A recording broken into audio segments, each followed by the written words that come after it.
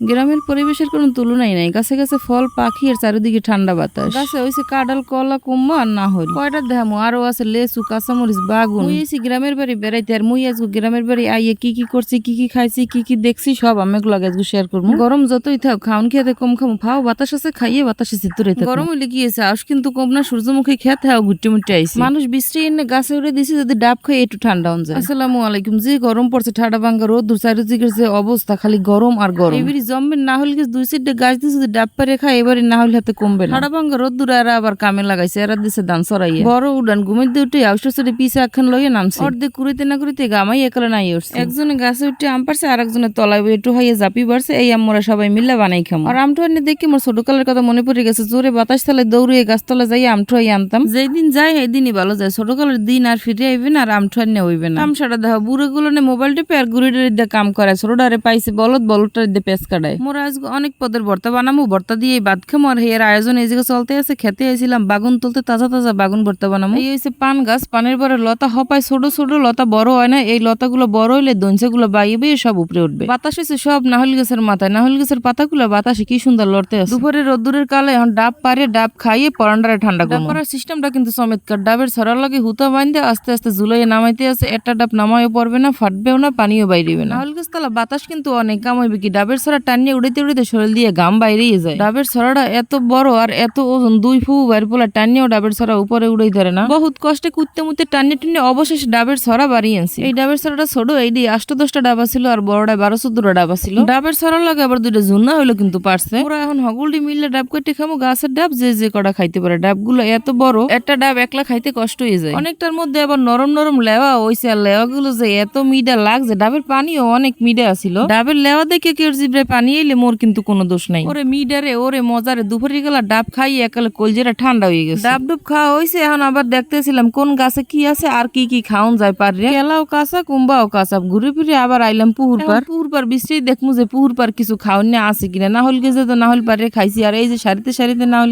হলে সব মোর তালই লাগাইছে। তালই যেন বুড়া মানুষ লাগাইছে দেখি না হল খাই আজকে পড়ানো ঠান্ডা করতেছে। দুপুরে ঠাডা ভাঙ্গা রোদ্দুরের মধ্যে। কাঁঠাল আর কিসমতে নাই। কাঁঠাল হপায় ছোট আর করা পাকতে দেরি আছে, আর খাইতে মনে কিসমতে লাগবে না। কাছে কিন্তু লেচু হয়েছে তো হপায় ছোট ছোট। ঘুরে ফিরে বাড়ির হগল কিছুই দেখলাম। এর মধ্যে বাড়ির মধ্যে ডাকাইছে ভর্তা বানাইতে হইবে। দৌড়াইয়া ভর্তা বানানোর আয়োজনে বইয়ে পড়লাম। প্রথমে হইলো মরিচ পেঁয়াজ ভর্তা বানাইলাম ধনিয়া পাতা দিয়া। 6-7 পদের ভর্তা বানাইতে লইছি। মোটা চুলের ভাত দিয়ে খামু আজকে। গলা তামাত গরম হয় ও গরম লাগে। ভর্তা দিয়ে ভাত আজকে খামু। গলা তামাত হাতে আল্লাহ যেহানে নিয়ে ঠেহায়। যে গরম, ঘরে টেহার কোনো উপায় নাই। আর ভর্তাও ঘরে বইয়ে বাড়ার কোনো উপায় নাই। ভর্তার সব আয়োজন লইয়ে গাছতলা বইয়ে পড়ছি। গাছতলা বইয়ে আজকে ভর্তা বানামু। আর ভাতও আজকে গাছতলা বইয়ে খামু। গরমের চোটে গার অর্ধেক তেল ভর্তা বাড়তেই বাইরে গেছে। বাহি যে অর্ধেক তেল আছে ভাত খাইতে খাইতে বাইরে যাবে। যে গরম। ভর্তা বানাইছি 6-7 পদের, লগে কিন্তু মাছও আছে। আর মোটা চাউলের ভাত কি যে মজা। খাইয়ে লইয়ে বিয়ে লিগেল আবার আইছি সূর্যমুখী খেত দেখতে। কোলায় খাইয়ে লইয়ে তেল যেটু হয়েছে হেডু পরাইতে। সূর্যমুখী ফুলগুলো কিন্তু মাশাআল্লাহ অনেক সুন্দর। মোর আজকের ভিডিওটা এই পর্যন্তই। সকলটি সুস্থ থাকবেন, ভালো থাকবেন, আর মোর একটু বেশি বেশি সাপোর্ট করবেন।